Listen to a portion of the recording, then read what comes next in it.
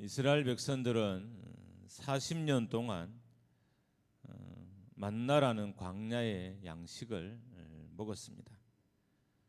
만나가 도대체 어떤 것이냐라고 했을 때 아무도 정확하게 이 만나를 추측하거나 말할 수 있는 사람은 없습니다. 성경에 나온 말씀으로 추측해 보면 오늘 출애굽기 16장 14절에서는 작고 둥글며 설이 같이 가는 것 이렇게 돼 있고요. 21절에는 햇볕이 뜨겁게 쬐며 그것이 쓰러졌더라라고 돼 있고 31절에는 가시같이 희고 맛은 꿀 섞은 과자 같았더라라고 합니다. 민수기 11장 17절에서는 좀 다르게도 설명하는데 모양은 진주 같았다라고 합니다. 8절에서는 과자를 만들었으니 그 맛이 기름 섞은 과자 맛 같았더라라고 하고 9절에는 밤에 이슬이 진영에 내릴 때에 만나도 함께 내렸다라고 합니다. 이렇게 출애굽기와 민수기의 만나에 관한 내용을 다 읽어봐도 여전히 만나가 어떤 것인지 이해하기는 어렵습니다. 시편 78편 24절에서는 이 만나를 하늘 양식이라고 합니다. 그리고 25절에는 힘센 자의 떡이라고 합니다. 한글 성경에 이렇게 번역되어 있고 히브리 성경과 영어 성경에는 천사의 음식으로 이렇게 번역이 되어 있어요. 엔젤스 푸드, 그러니까 천사들이 먹는 음식이다라고 기록되어서 있습니다. 이 모든 걸 종합해 보면 출애굽기 그리고 민수기 그리고 시편의 말씀들을 종합해 봤을 때 만나는 아주 작고 설이 같지만 먹으면 아주 힘이 되는 음식이었던 거예요. 눈에 보이기는 작고 연약해 보였지만 먹었을 땐 힘 있는 것이 광야의 만나였던 것입니다. 요리 방법도 다양해서 다양하게 요리해서 먹을 수 있었습니다.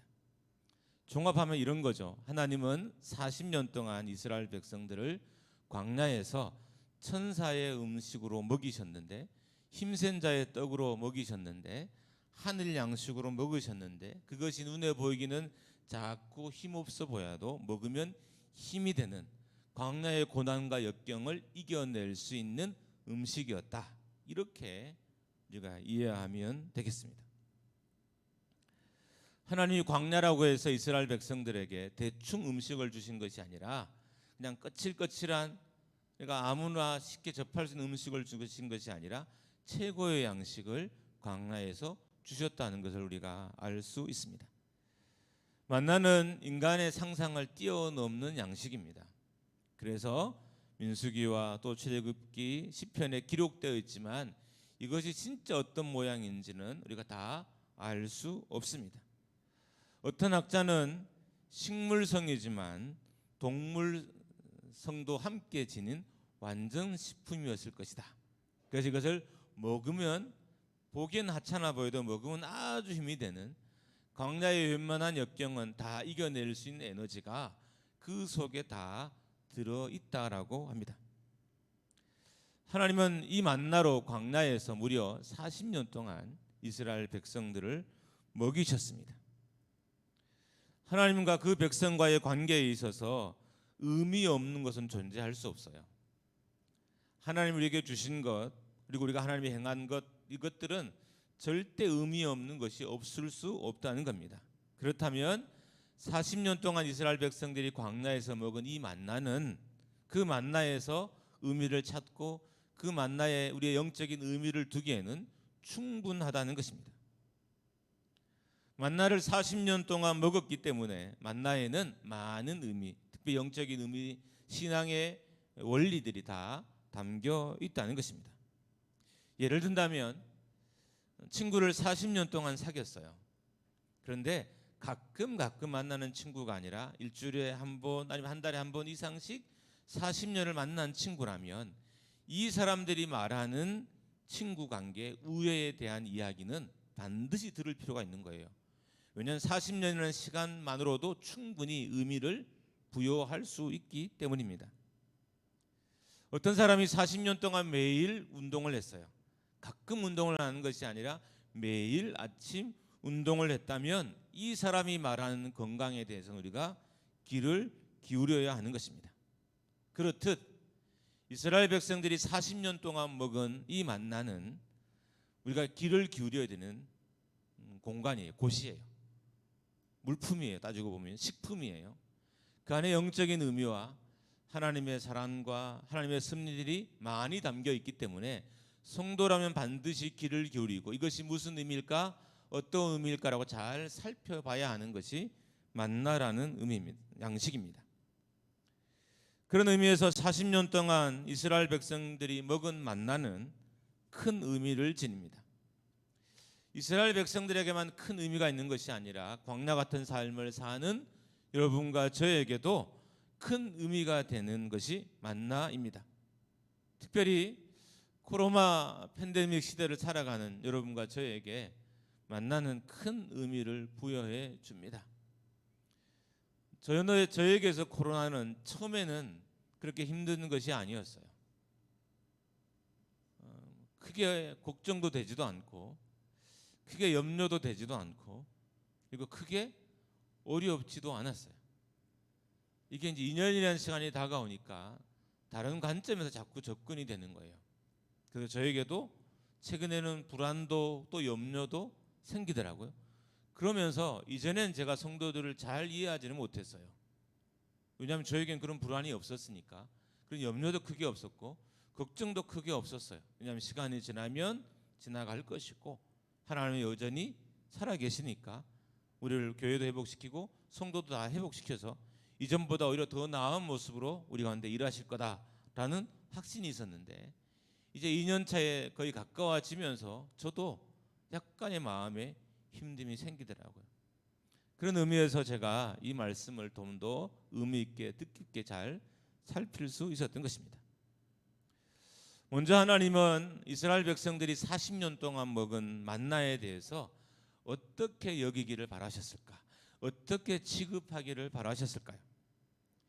출애굽기 16장 32절 말씀을 보면 하나님은 모세에게 만나를 후손을 위해서 간직하라, 다른 말로 하면 간수하라라고 명령했습니다. 32절 말씀입니다. 우리 같이 읽습니다. 시작. 모세가 이르되 여호와께서 이같이 명령하시기를 이것을 오멜에 채워서 너희의 대대 후손을 위하여 간수하라. 이는 내가 너희를 애굽 땅에서 인도하여 낼 때에 광야에서 너에게 먹인 양식을 그들에게 보이기를 위함이니라 하셨다 하고. 하나님은 이스라엘 백성들이 광야에서 40년 동안 양식으로 먹은 이 만나를 간직하기를 바라셨어요.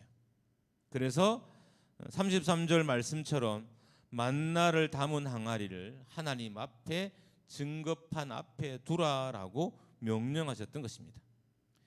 특별히 34절을 보면 하나님은 그것을 증거판 앞에 두라라고 명령하셨어요. 증거판과 함께 하나님 앞에 두라라고 명령하셨습니다.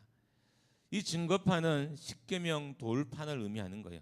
모세가 시내사단을 받은 하나님과 이스라엘 백성과의 언약을 기록해 놓은 십계명 돌판을 이 만나를 담은 항아리와 함께 하나님 앞에 두라라고 간직하라라고 명령하셨습니다. 하나님께서 만나로 40년 동안 광야에 있는 이스라엘 백성들을 먹이셨습니다. 그런데 그들이 한 수고라고는 매일 아침 들에 나가서 만나를 거두는 것이었습니다. 만나가 작은 씨앗이기 때문에 무게감도 거의 없었고 거두는데도 거의 큰 수고가 들지 않았을 것입니다. 민수기 11장 8절에서 보면 만나를 먹기 위해서는 수고는 해야 됐어요. 거기에 보면 갈기도 하고 찢기도 하고 삶기도 했다는 거예요. 작은 씨앗 같았지만 그래도 먹기 위해서는 수고를 해야 먹을 수는 있다는 것입니다. 주로 과자를 만들어서 먹었다고 되었습니다. 여러분, 이게 수고라면 아침에 무겁지 않은 만나를 거두고 그 만나를 갈고 또 찢거나 또 삶아서 먹는 것이 수고라고 하면 우리가 생애의 의지가 없는 사람일 거예요. 살기 위해서 이 정도 수고하지 않는 사람이 어디 있어요? 근데 하나님은 광야에서 이스라엘 백성이 가장 간편하게 먹을 수 있는 간편식을 그들에게 주셨던 것입니다. 그럼 하나님 왜 이 만나 담은 항아리를 증거판 앞에 두라고 했을까? 하나님 앞에 두라고 했을까요? 그것은 하나님이 40년 동안 이 이스라엘 백성들을 광야에서 먹이셨기 때문에 하나님의 먹이시는 분이라는 것을, 양식을 공급하시는 분이라는 것을 이스라엘 백성들이 영원토록 기억하기를 바랬기 때문인 거예요. 만나 이벤트를 통해서 40년 동안 이스라엘 백성들에게 하나님은 각인시키기를 원했던 거예요. 내가 너희를 먹이는 자가다. 내가 너희의 모든 필요를 공급하는 자다라는 것을 그들이 알고 확신하기를 바랬던 것입니다. 출애굽 후 둘째 달 신광야에서부터 안식일을 제외한 매일 이 만나가 내렸어요. 그러니까 가나안에 들어간 둘째 달부터 만나가 멈췄고요. 또 안식일에는 만나가 내리지 않았어요. 이 외에는 매일 걸음 없이 계속해서 만나가 내렸던 것입니다. 잠깐 수정합니다. 요단강을 건너고부터 만나가 내리기 시작해서 홍해를 건너부터 내리기 시작해서 신광야 가나안 땅에 들어갈 때까지 계속해서 이스라엘 백성들에게 만나가 끊임없이 내렸다는 것입니다. 하나님이 주신 만나는 주기적이어서 한 번도 예외가 없었어요. 가나안 땅에 들어가기 전까지 신광야에서부터 계속 내렸고요. 홍해를 건넌부터 해서 가나안 땅에 들어갈 때까지 계속 내렸고요. 한 번도 어김이 없었고 안식일 외에는 반드시 내렸습니다. 이스라엘 백성들이 전쟁 중일 때도 만나가 멈춘 적이 없었고요. 이스라엘 백성들이 하나님께 범죄했을 때도 만나는 멈춘 적이 없었어요. 하나님이 주신 만나는 고정적이었고 언제나 안정적이었습니다. 그래서 굳이 내일 이것이 내릴까 염려할 필요 없었다는 거예요. 굳이 이것이 언제까지 내릴까라고 염려할 필요도 없었다는 거예요. 굳이 이것이 내일은 내가 먹을 수 있을까라는 마음의 불편함도 가질 필요 없었다는 거예요. 왜냐하면 40년 동안 고정적으로 안정적으로 반드시 내렸기 때문인 것입니다. 그래서 이것을 기억하라는 거예요. 하나님의 먹이심은 고정적이라는 거예요. 하나님의 보호하심은 안정적이라는 거예요. 하나님의 살피심은 안정적이기 때문에 너희가 반드시 기억하라라고 하나님이 그것을 명령하셨던 것입니다. 이스라엘 백성들이 기억해야 하는 것은 십계명 돌판도 마찬가지였어요. 십계명 돌판은 하나님과 언약인데 이 언약도 반드시 기억하고 지켜야 하는 것이고 만나 항아리도 반드시 기억하고 지켜야 하는 것입니다.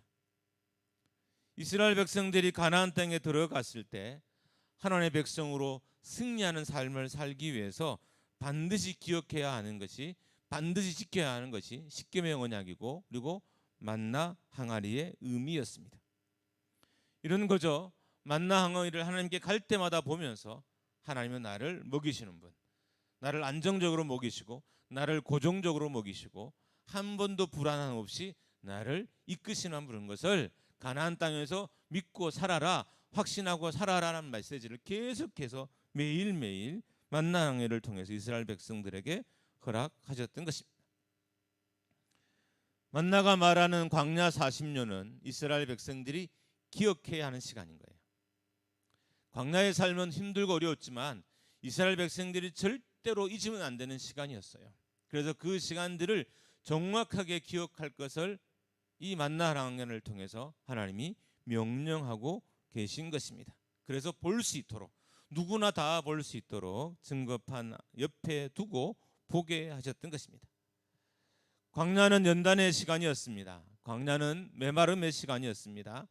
훈련의 시간이었습니다.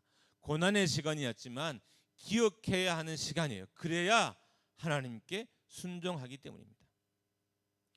이스라엘 백성들이 광야의 삶을 잊어버렸을 때 그들은 어김없이 거역의 삶을 시작했어요. 하나님이 어떻게 먹이셨는지, 어떻게 돌보셨는지를 잊어버리는 순간 그들은 하나님을 떠나기 시작했고 하나님을 거역하기 시작했고 하나님을 배신하기 시작했기 때문인 것입니다.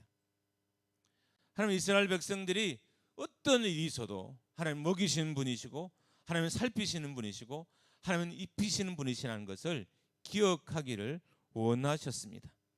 잊지 말라는 거예요. 의심하지 말라는 거예요. 염려하지 말라는 거예요. 걱정하지 말라는 거예요. 내가 40년 동안 한 번의 오차도 한 채의 오차도 내가 너희를 먹이지 않았느냐. 그래서 의심하고 염려하지 말고 순종해라 라고 명령하시는 것입니다. 그럼 우리는 뭔가를 솔직히 1년을 제대로 하는 것도 어려워요. 가끔 제가 제 자랑을 하잖아요. 기분 나쁘셔도 그냥 들으세요. 제가 업무일지를 쓴 지가 한 20년이 돼요. 근데 저는 그거 다 쓰지는 못했어요. 빼먹은 날도 꽤 있어요. 제가 추석 명절에도 업무일지는 제가 썼어요.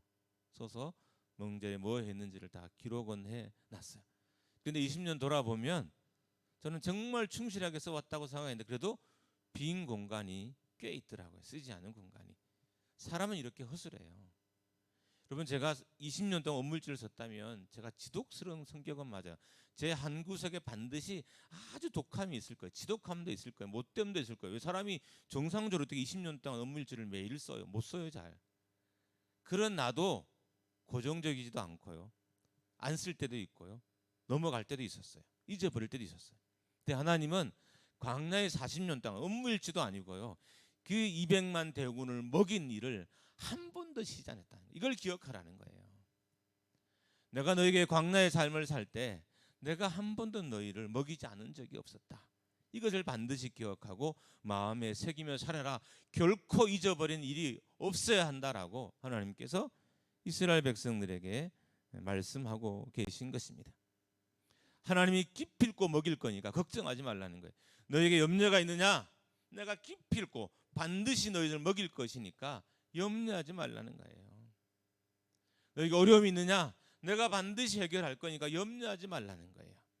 그런데 염려는 불순종이에요. 염려는 불순종이라 염려하는 순간 하나님의 응답이 내 앞에서 사라져요.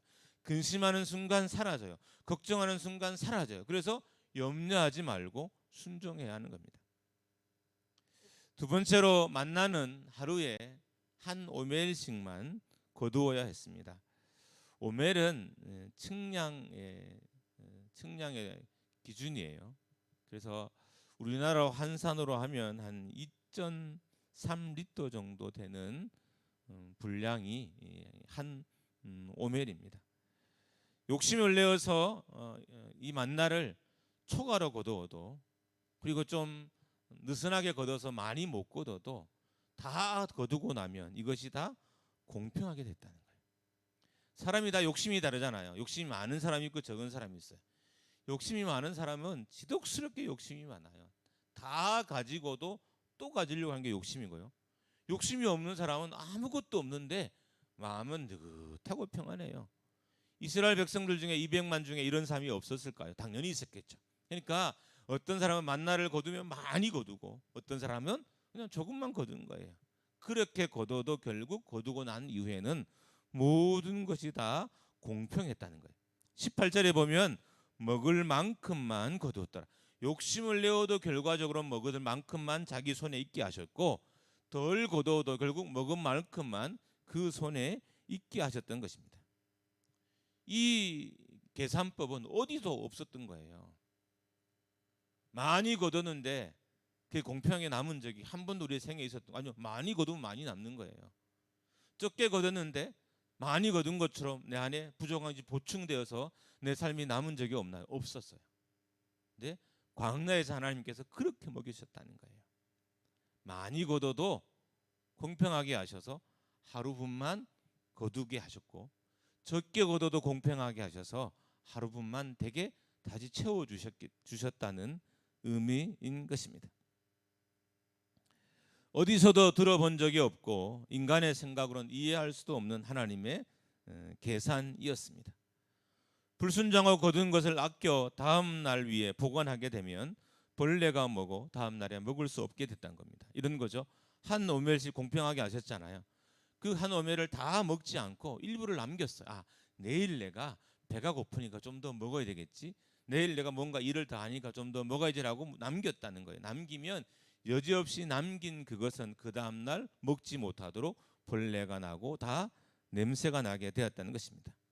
이 모든 것을 하나님이 그렇게 하셨다는 거예요. 하나님이 벌레 나게 하셨고, 하나님 냄새 나게 하셨고, 하나님이 곧 먹을 만큼만 거두게 하셨다는 것입니다. 앞에서 말씀드렸던 것처럼 한 오멜은 2.3리터이기 때문에 한 사람이 하루를 먹기에는 충분했습니다.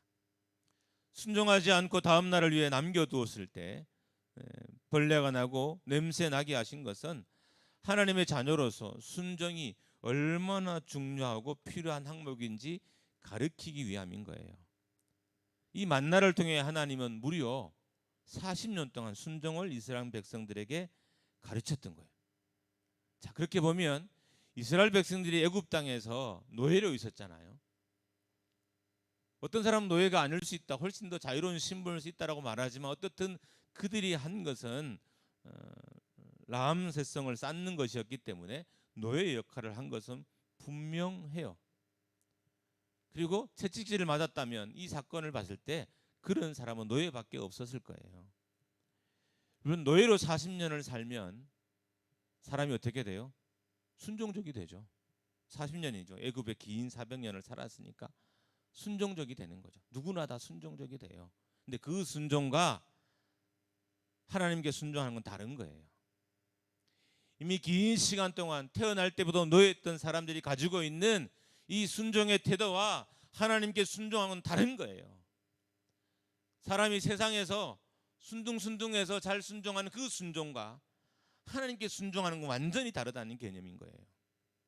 만약에 순종이 같은 거였다면 하나님이 굳이 애굽에서 그렇게 순종의 훈련을 받은 노예로 살았던 그 백성들을 다시 순종시킬 필요가 없었던 거예요. 다르기 때문에 하나님은 광야에서 40년 동안 이 만나를 통해서 순종의 훈련을 시켰던 거예요. 많이 거둬도 동일하게 하셨고, 적게 거둬도 동일하게 하셨고, 다음 날을 위해 남겨도 다 썩게 하셔서 없게 하셨다는 거예요. 진짜 순종이 무엇인지 이 만나를 통해서 그 백성들에게 하나님께서 가르쳐 주셨던 것입니다. 이스라엘 백성들이 가나안에서 승리하기 위해서, 성공하기 위해서 필요했던 것은 일상의 순종이었던 거예요. 큰 순종이 아니에요. 우리말로 따지면 한 번의 큰 순종, 한 번의 큰 언신이 아니라 하나님이 정말 필요했던 건 일상의 순종이었던 거예요. 매일의 순종, 매 순간의 순종이었던 거예요. 내가 한 주에 한 번 순종했다고, 내가 한 주에 몇 번 순종했다고, 하루에 한 번 순종했다고 순종이 사람이 아니라 된 것이 아니라 일상, 매일의 순종이 진짜 순종의 모습이라는 거예요. 그래서 하나님께서 40년 동안 매일 이스라엘 백성들을 순종 훈련을 시켰던 겁니다. 자, 이때부터 하나님이 일하기 시작하는 거예요. 순종이 일상화될 때. 우리 순종이 일상화되지 않았어요. 교회를 하다 보면 성도들의 삶에 순종이 일상화되지 않았어요. 주관적이기도 하고요. 고집이 섞이기도 하고, 자기 생각과 판단이 섞이기도 하고, 자기 아집이 자기 상처가 섞이기도 하고. 여러분, 저도 상처받고 자랐을 거예요. 여러분도 마찬가지고 상처 없이 자란 인생이 누가 있겠습니까? 그러니까 순종에 상처가 늘 관여를 해요. 그래서 일상의 순종이 되지 못하는 거죠. 하나님 이스라엘 백성들에게 진짜 원했던 건 한 번의 순종이 아니에요. 출애굽의 큰 순종이 아니라 진짜 순종은 일상 매일의 순종을 하나님이 기대하셔서 만나로 그 순종의 훈련을 그들에게 시키셨던 것입니다. 가나안의 문화를 이기기 위해서, 가나안의 영적 세력과 싸워서 이기기 위해서는 일상의 순종이 필요했던 거예요. 한 번의 큰 순종이라면 매일 매 순간의 순종이 있어야 가나안의 그 지겨운 이방의 문화들과 싸워서 이겨낼 수 있고요. 강력한 우상의 영적 세력과 싸워서 이길 수 있었기 때문에 하나님께서 일상의 순종을 그들에게 요청하셨던 것입니다. 자, 그럼 성도들은 왜 순종하지 못할까요? 사람들이 순종하지 못하는 결정적인 이유는 욕심입니다. 자, 이스라엘 백성들이 더 많이 거둔 것도 욕심이죠. 한 오멜만 거두면 되는데 많이 거둔 것은 욕심이죠. 다음 날 준비하지 말라게 남긴 것도 결국 욕심이에요. 그러니까 순종하지 못하는 들어가 보면 욕심이 자리 잡고 있습니다. 인생을 그르치는 것도 욕심이에요. 과다한 욕심은 반드시 잘못된 삶을 내 삶에 가지고 와요. 그래서 욕심이 그냥 나를 두는 경우는 없습니다. 그래서 우리가 빨리 더 젊은 시절부터 욕심을 제어하고 일상의 순조에 자리 가지 않으면 언젠간 한 번쯤은 이 욕심 때문에 크게 무너진 일들이 일어나게 되는 것입니다. 잘 달리고 있는 차를 전복시키는 것도 욕심입니다. 아무런 문제 없는 일상을 뒤집는 것도 욕심입니다. 교회의 질서를 무너뜨리는 것도 욕심이고 인생의 공덕탑을 무너지게 하는 것도 곧 욕심입니다. 하나님은 만나를 통해서 욕심을 제어하는 훈련을 하기를 원하셨던 거예요. 그래서 40년 동안 하셨고 또 그것들 일평생 기억하도록 만나 항아리로 안에 만나를 간직하게 하셨던 것입니다. 하루에 한 오멜씩만 거둘 수 있게 하셔서 욕심이 얼마나 허망한지도 알게 하셨어요. 더 거둬도 결과적으로 공평해지는 것을 통해서 욕심이 큰 의미가 없다는 것도 알게 해주셨어요. 하나님 이렇게 욕심이 의미 없다 이렇게 강력하게 이야기했는데도 이스라엘 백성들이 결과적으로는 욕심을 제거하지 못했습니다. 광야에서 일상의 순종을 하지 못했고 일상의 순종을 하지 못한 그들이 결국에는 광야에서 가나안에서 쫓겨나는 바벨론 포로로 잡혀가게 된 일들이 그들 속에 일어나게 된 것입니다. 여러분 우리가 우리의 관점에서 보면 많아 보이기도 하고요. 우리의 관점에서 보면 적어 보이기도 하잖아요. 그러나 결과적으로는 공평하다는 거예요. 죽을 때 공평해지지 않는 사람이 누가 있습니까? 다 공평해요. 죽음만큼은 공평해요. 죽음 이후에 화려함이 있을 수는 있죠. 어떤 장례식장을 가보니까 근조함만 한 200개 정도 있는 집도 있더라고요. 본인이 그걸 알 리가 있을까요? 죽었는데. 자식이 어깨에 뽕을 좀 몇 개 넣을 수 있을지 모르겠지만 걸음거리가 오만해질 수 있을지 모르지만 부모는 죽었는데 뭘 기억하겠어요? 이런 거죠. 인생이 욕심을 내고 살아도 결과적으로는 공평해진다는 거예요. 욕심을 덜 내고 살아도 공평해진다. 그러니까 너희는 일상의 순종으로 하나님께 살라는 거예요. 어쩌다 가끔 한 번씩 크게 순종하는 것이 아니라 매일의 순종으로 살라는 거예요. 이게 광야의 만나의 메시지인 것입니다. 더 나아가서 인간의 꼼수가 얼마나 허망한 것에 대해서도 알게 하셨습니다. 인간의 허황된 생각이 얼마나 부질없는지에 대해서도 알게 하셨습니다. 다음 날을 위해 만나를 남겨두려고 했을 때 다음 날이 되면 여지없이 벌레가 생기고 냄새가 나서 만나를 먹지 못하게 되었습니다. 매일 공급하시는데도 다음 날을 위해서 남기겠다는 것은 사람의 생각이고 사람의 마음이고 사람의 여유예요. 사람이 그렇게 한 거예요. 하나님의 관점에 남길 필요가 없는 거예요. 하나님 먹이시는 분이니까. 하나님이 고정적으로 확실하게 일상적으로 매일 한 번도 걸음 없이 그들을 먹이심으로 말미암아 더 남길 생각도 하지 말라는 거예요. 더 거둘 생각도 하지 말라는 거예요. 순종함으로 거둠의 자리에 나가서 일용할 양식을 먹어라라고 이 만나를 통해서 말씀하시고 있는 것입니다. 만나가 매일 내리는 것을 보고도 충분히 내리는 것을 보고도 내일 위해서 남기려고 생각했던 것입니다. 이게 욕심입니다. 반면 내일을 위해서 욕심으로 남겨둔 건 다 썩었어요.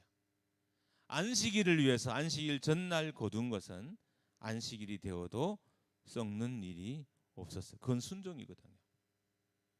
평상시에 더 거둔 건 불순종이지만 안식일 때 더 거두는 건 순종이었던 거예요. 그래서 하나님께서 안식일을 위해 2배를 거두고 안식일을 예비하라라고 말씀하셨던 것입니다. 순정해서 2배로 거둔 것에는 아무런 문제가 없었습니다. 벌레도 생기지 않았고 냄새도 나지 않았습니다.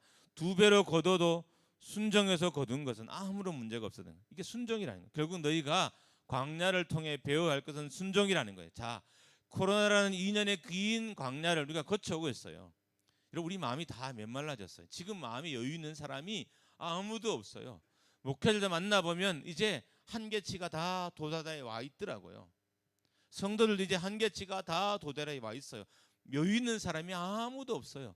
기도를 여유 있게 하는 사람도 없고 교회를 여유 있게 돌아보는 사람도 없고. 그래도 예전에는 토요일 날 와서 청소하시고 뭐 화요일 날 금요일 날 청소하시던 이제 그런 분들도 거의 없어지고 주일 새벽 급하게 하시거나 수요 예배 전에 급하게 하는 이런 순간밖에 없는데 여유가 없어진 게 우리 같아요. 여러분, 하나님은 이 코로나라는 긴 인생의 광야를 통해서 우리에게 순종의 원리를 배우시려고 하고 계신 겁니다. 이런 거죠. 걱정하지 마라. 염려하지 마라. 내가 먹인다. 내가 먹이신다. 한번 따라해 보겠습니다. 하나님은 나를 먹이시는 분이십니다. 할렐루야. 믿으십시오. 신뢰하십시오. 수입 좀 적어도 마음 불편하지 마세요. 하나님이 공평하게 하신다잖아요. 하나님 먹이신다잖아요. 하나님 입히신다잖아요. 근데 우리가 염려해서 욕심이 생기고 이 욕심이 우리의 영적인 일상을 다 그르쳐놔요. 욕심이 있으면 여러분 하나님께 순종할 수, 새벽전도 순종하지 못, 주일 예배도 순종하지 못, 봉사도 순종하지 못, 욕심이 들어오는 순간 하나님 앞에 버쳐졌던 이 영적인 길들이 다 가시가 자라고 수풀이 되고 나무가 우져서 갈 수 없는 길이 되어버리는 거예요. 그래서 욕심을 주의하고 조심해야 하는 것입니다. 하나님께서 만나 항아리를 증거판 앞에 두라고 하신 것은 이스라엘 백성들의 기억만을 위한 것이 아닙니다. 하나님도 그렇게 하겠다는 거예요. 일종의 약속인 거예요. 증거판, 십계명 돌판이 하나님과 이스라엘 백성의 약속인 언약인 것처럼 이 만나 항아리도 어떤 의미에서 보면 이스라엘 백성과 하나님 사이의 언약인 거예요. 너희만 순종하는 것이 아니라 나도 너희를 먹일 것이다. 이런 거예요. 걱정하지 말라는 거예요. 너희면 내가 이것을 기억하라고 말하는 것이 아니다. 너희만 기억할 것이 아니라 나도 기억하고 나도 평생 광야에서 가나안 땅에 내가 너희를 먹일 것이라고 하나님이 약속하고 언약하고 있는 거예요. 하나님도 신실하게 이스라엘의 공급자가 되시겠다는 의미입니다. 이스라엘 백성들만이 하나님이 영원하신 공급자인 것을 기억하고 신뢰하면서 순종하라고 말씀하신 것이 아니라 하나님도 하나님 자신도 이스라엘의 영원한 공급자가 되겠다고 공개적으로 만나 항아리를 통해서 약속해 주고 계신 것입니다. 십계명 돌판과 만나 항아리를 하나님 앞에 두라는 것은 영원히 기억하는, 죽을 때까지 목숨을 끊어지는 그 순간까지 기억하라는 거예요. 요즘은 은퇴 후의 노후가 이 시대의 핫 이슈로 떠올랐어요.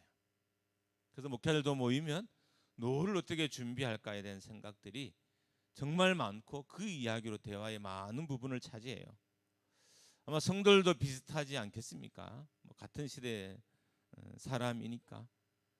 그래서 노후가 걱정되는 분이 있어요. 이제 70에 은퇴하고 아니면 65세, 60세 은퇴하고 90을 살면 30년을 수입 없이 살아야 되잖아요. 100세를 살면 40년을 수입을 살아야 되고 어떤 분은 이제 수명이 120세까지 될 거라고 하더라고요. 그러면 60년, 70년을 수입 없이 살아야 되는데 사람이 두려움이 없겠어요? 하나님이 우리에게 말씀하셔. 걱정하지 말라는 거예요. 죽을 때까지도 걱정하지 말라. 여러분, 이런 담대함이 없으면요 우리가 헌금 생활도 못해요. 다 줄고 쪼그라들고 헌신도 어느 다 사라지게 되는 거예요.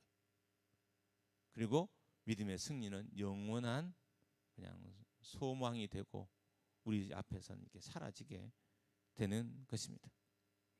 이스라엘은 하나님이 먹이시는 분, 하나님이 공급하시는 분이라는 것을 영원히 기억해야 했습니다. 기억할 뿐만 아니라 신뢰해야 했습니다. 이 신뢰가 무너지면, 이 확신이 무너지면 주변에 있는 궁핍과 주변에 있는 문제들이 우리를 공격하기 시작합니다. 여러분, 우리가 하나님을 신뢰할 때 주변에 많은 문제는 그냥 문제예요. 하나님의 신뢰가 무너지면 주변에 있는 많은 문제는 어느 순간 나를 공격하기 시작해요. 내가 하나님을 신뢰할 때 옆집의 문제였고, 내가 하나님을 100% 믿었을 땐 내 동료의 문제였는데, 하나님에 대한 신뢰가 무너지는 순간 그것이 우리 가정의 문제가 되고 나의 문제가 되고 내 인생의 문제가 되는 거예요. 지금 코로나로 인해서 많은 문제들이 교회의 문제가 되고 우리의 문제가 되기 시작한 것은, 또 저의 문제가 되기 시작한 것은, 제가 말씀드렸죠. 저의 문제가 되기 시작했다고. 이런 것은 하나님에 대한 신뢰를 우리가 놓쳐버렸기 때문입니다. 하나님의 믿음이, 하나님에 대한 신뢰가 사라지는 순간 주변의 근심과 걱정이 나를 공격하기 시작하고 그것들을 위해서 우리는 고통당하게 됩니다. 우리가 세상의 환경으로부터 공격을 당하는 것은 하나님에 대한 신뢰가 무너졌기 때문입니다.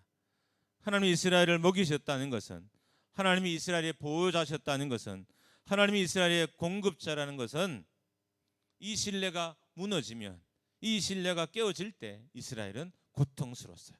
하나님에 대한 신뢰가 무너질 때 블레셋과 아말렉은 끊임없이, 에돔과 요압은 끊임없이 이스라엘을 공격했어요. 괴롭혔어요. 7년 동안, 10년 동안, 몇십 년 동안 그들을 괴롭히고 힘들게 했어요. 하나님에 대한 신뢰가 무너지는 순간, 어쩌면 우리 삶에 있는 많은 문제들은 하나님에 대한 신뢰가 무너져서 나의 문제가 되었을지도 몰라요. 내 삶에 있는 많은 문제는 하나님에 대한 순종이 무너져서 나의 문제가 되었을지 모릅니다.